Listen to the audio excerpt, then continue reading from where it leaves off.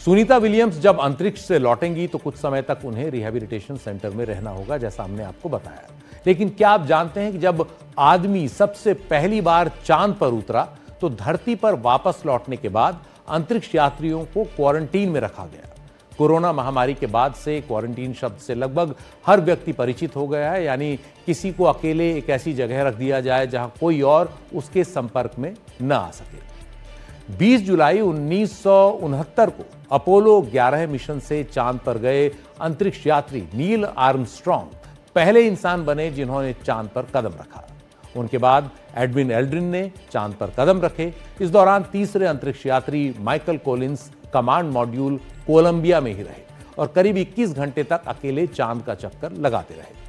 24 जुलाई 1969 को जब Apollo 11 spacecraft प्रशांत महासागर में उतरा तो तीनों ही अंतरिक्ष यात्रियों को सबसे पहले एक क्वारंटीन होम में ले जाया गया, जहां उन्हें 21 दिन तक अलग रखा गया। दरअसल कोई अंतरिक्ष यात्री पहली बार धरती के अलावा किसी और आकाशीय पिंड के सीधे संपर्क में आया था और तब इस बात की वैज्ञानिकों को आशंका थी कि हो सकता है चांद की सतह पर वो किसी खतरनाक सूक्ष्म जीव जैसे बैक्टीरिया, वायरस या किसी अन्य अज्ञात तत्व के संपर्क में आ गए हों जो धरती पर बाकी लोगों के लिए भी खतरनाक हो सकता हो। इसीलिए उन्हें क्वारंटीन में रखा गया। क्वारंटीन में रखने के दौरान डॉक्टरों ने लगातार तीनों अंतरिक्ष यात्रियों पर निगाह रखी।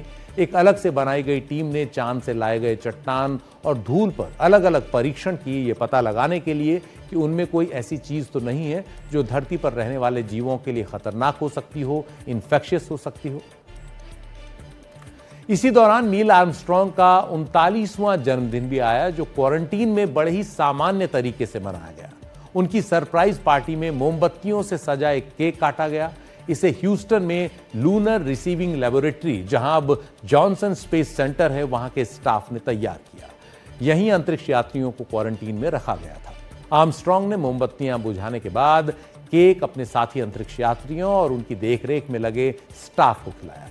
शीशे से बने पार्टीशन के उस पार दूसरे कमरे में इन अंतरिक्ष यात्रियों की पत्नियों ने भी आर्मस्ट्रॉन्ग के जन्मदिन का ये जश्न मनाया।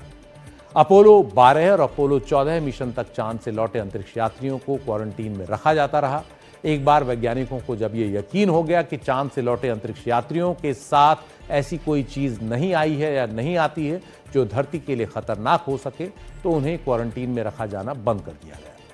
तो बात शुरू हुई थी सुनीता विलियम्स से और पहुंच गई नील आर्मस्ट्रॉन्ग। अंतरिक्ष की अथाह दुनिया बड़ी ही रहस्यमयी और विचित्र है। इससे जुड़ी बातें कितनी भी की जाएं कम ही पड़ती हैं, लेकिन भविष्य में हम इस अंतहीन अंतरिक्ष से जुड़ी कई नई दिलचस्प जानकारियों के साथ भी आपके सामने आएंगे।